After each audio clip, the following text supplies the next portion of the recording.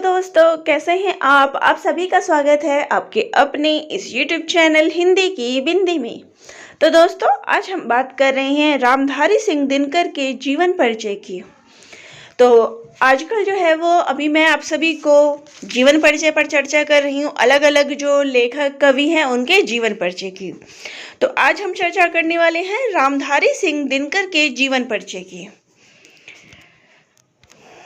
तो इनका जन्म जो है वो 23 सितंबर 1908 ईस्वी को हुआ था। स्थान सिमरिया, जिला मुंगेर, बिहार। पिता रवि सिंह, माता मनरूप देवी। निधन 24 अप्रैल 1974 ईस्वी, चेन्नई। अब इनका पॉइंट टू पॉइंट देख लेते हैं जीवन परिचय। और रामधारी सिंह दिनकर का जन्म 23 सितंबर 1908 ईस्वी को सिमरिया गांव, जिला मुंगेर, बिहार में हुआ था। दिनकर के पिता का नाम किसान रवि सिंह और माता का नाम मनरूप देवी था। तो ये जो है वो एक साधारण परिवार से बिलोंग करते थे। इनके पिता जो थे वो किसान थे। जब दिनकर 2 वर्ष के थे तो इनके पिता का देहांत हो गया। उनका और उनके भाई बहनों का पालन पोषण उनकी माता ने किया। तो इस तरीके से जो दिनकर का बचपन था, दिनकर जी का, वो गांव में बीता। प्रारंभिक शिक्षा भी दिनकर जी की गांव में हुई। 1928 ईस्वी में मैट्रिक परीक्षा इन्होंने पास किया। 1932 ईस्वी में इतिहास से बीए ऑनर्स पटना विश्वविद्यालय से इन्होंने किया। स्नातक करने के बाद दिनकर जी ने प्रधानाध्यापक का पद संभाला। 1934 ईस्वी में बिहार सरकार के अधीन सब रजिस्ट्रार का पद इन्होंने संभाला। लगभग 9 वर्ष तक दिनकर जी जो है इस पद पर कार्यरत रहे। यानी कि जो सब रजिस्ट्रार का पद था, उन्होंने 9 वर्ष तक इस पे कार्य किया। 1947 ईस्वी में जब देश आज़ाद हुआ, तब उसके बाद जो है वो हिंदी के प्राध्यापक के रूप में बिहार विश्वविद्यालय में दिनकर जी ने जो है वो कार्य किया। 1952 ईस्वी में राज्यसभा के सदस्य के रूप में चुने गए। दिनकर जी ने जो है वो 12 वर्ष तक जो है संसद के सदस्य के रूप में कार्य करते रहे। 1964 से 65 तक भागलपुर विश्वविद्यालय के कुलपति नियुक्त हुए। 1965 से 1971 तक हिंदी सलाहकार के रूप में इन्होंने कार्यभार संभाला। 24 अप्रैल 1974 ईस्वी को चेन्नई में इनका निधन हो गया। दिनकर जी छायावादोत्तर काल के सर्वश्रेष्ठ कवि हैं। प्रगतिवादी कवियों में भी इनका सर्वश्रेष्ठ स्थान माना जाता है। तो अब दिनकर जी को कौन कौन से पुरस्कार मिले हैं? 1972 ईस्वी में उर्वशी पर इनको ज्ञानपीठ पुरस्कार मिला। राष्ट्रपति द्वारा पद्म भूषण पुरस्कार से इनको सम्मानित किया गया।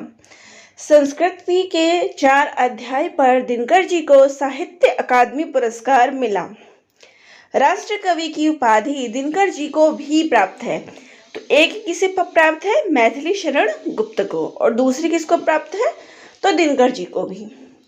द्विवेदी पदक, डी लिट नामक उपाधि भी इनको मिली हुई है। अब इनकी रचनाएं कौन कौन सी है? तो पहले हम बात करते हैं इनके काव्य रचनाओं की। बारदोली, विजय संदेश 1928 ईस्वी, प्राणभंग 1929 ईस्वी, रेणुका 1935 ईस्वी, हुंकार 1938 ईस्वी, रसवंती 1939 ईस्वी, द्वंद्व गीत 1940 ईस्वी, कुरुक्षेत्र 1946 ईस्वी, धूप और छांव 1947 ईस्वी। तो रचनाएं जो है वो परीक्षा में अधिकतर पूछी जाती हैं, तो इनको याद रखना ज़रूरी है। इनको ज़रूर याद रखिएगा।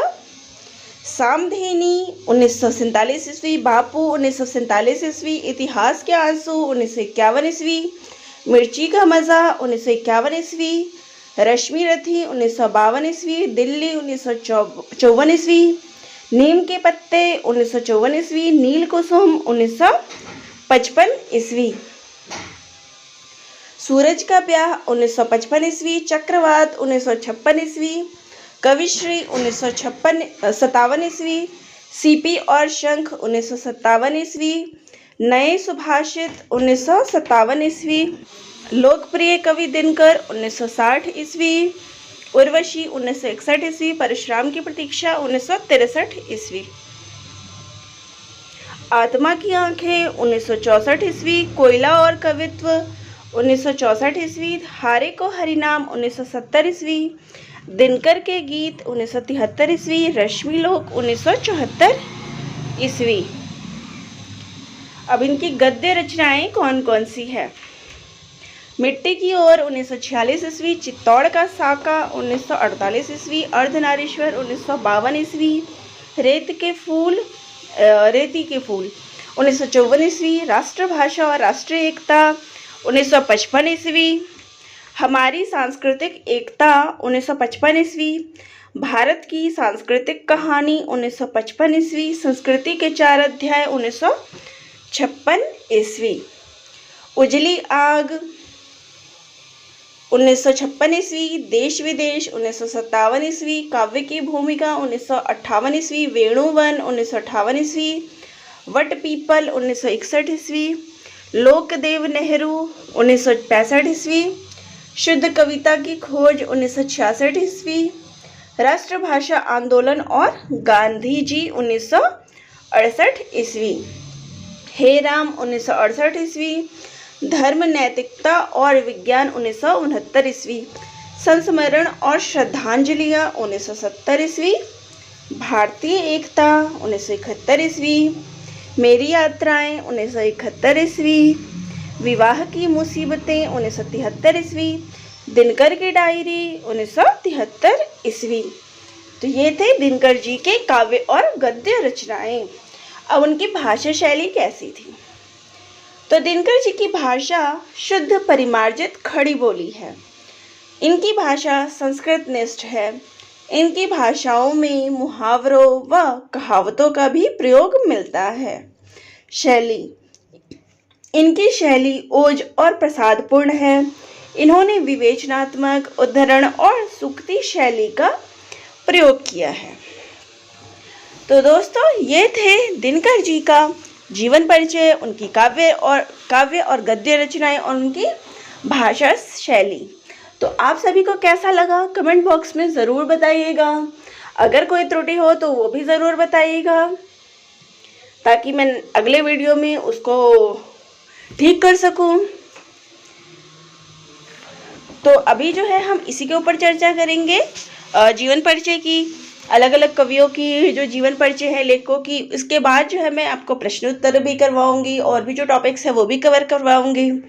आप अगर खुद से भी चाहते हैं कि कोई टॉपिक मैं कवर कर दूं, तो आप वो भी कमेंट बॉक्स में ज़रूर कमेंट करके बताइएगा। तो इसी प्रकार से नए नए वीडियो देखने के लिए चैनल को लाइक और सब्सक्राइब करना नहीं भूलिएगा। तो दोस्तों, आप सभी का बहुत बहुत धन्यवाद।